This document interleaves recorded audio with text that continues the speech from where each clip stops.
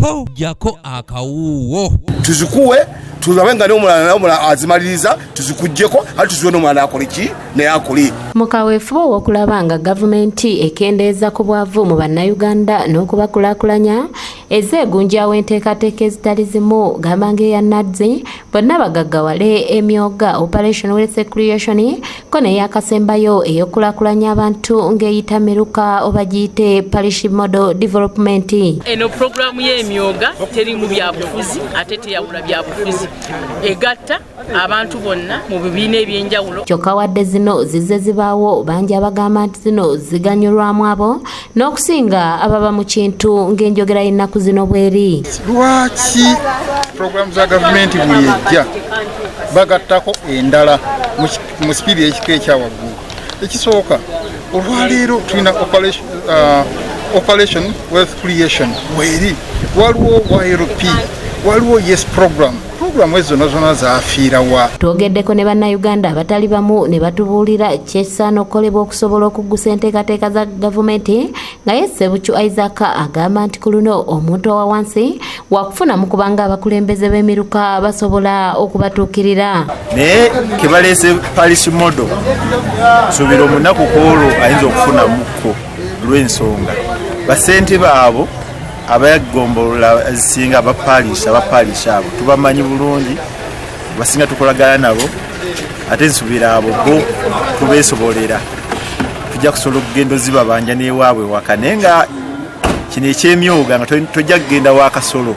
Okusinziira ku Mugalu Faizo, kansala akiikirira abantu ba Nakasero 3 ku ggombolola y'e Kampala Central, agamba nti okubulawo omusingi omwerufu wamu n'abalina okuteekesa mu nkola okunyweza ensimbi kyekiviiriddeko enteekateeka za gavumenti nnyingi okuziŋŋama.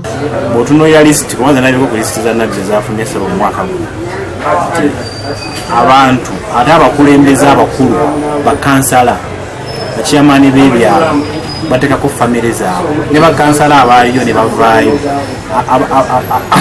abakola mu ofiisi za gavumenti abaganyulwa mu nteekateeka ate abantu abawansi abaliganyiddwa mu nteekateeka eyo oba oliawo pulogulaamu za gavumenti nezivaayo bulungi tebaziganyulwamu olwa emiwaata mwe giyita. Muddu Tomasi akulembera abavubuka mu ggombolola y'Amasekati asabye gavumenti okutunuulira ennyo ebibiina by'obwegassi nti kyekiyinza okuggusa enteekateeka nga zino. Tulabidde ddala wano ku byaddaala ku zi NADS baleese embeera zonna mulaba n'emyoga wegiri bannange.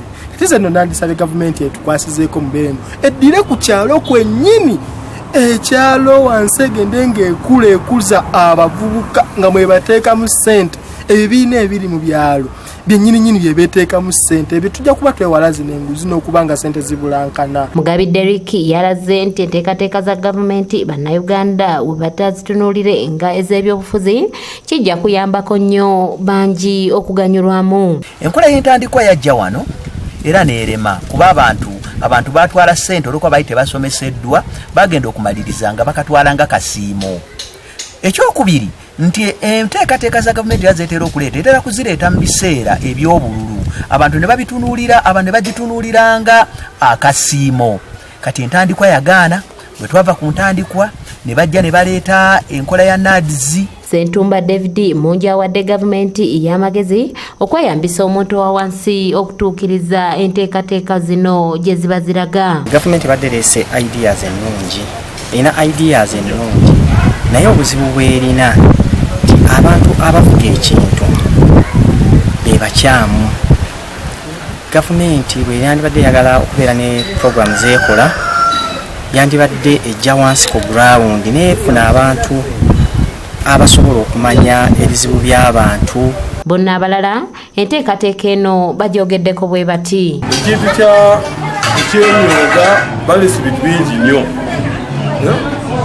naye ebintu byadde bikoma waggulu mu bakulu naye omuntu omunaku wa wansi nga takola ki nga tafuna bagenda bafunamu akatono kati nga enkoko famire emu yabagaga etwala oba kasooli guno bwa famire emu yeko naye omuntu omunaku takola ki.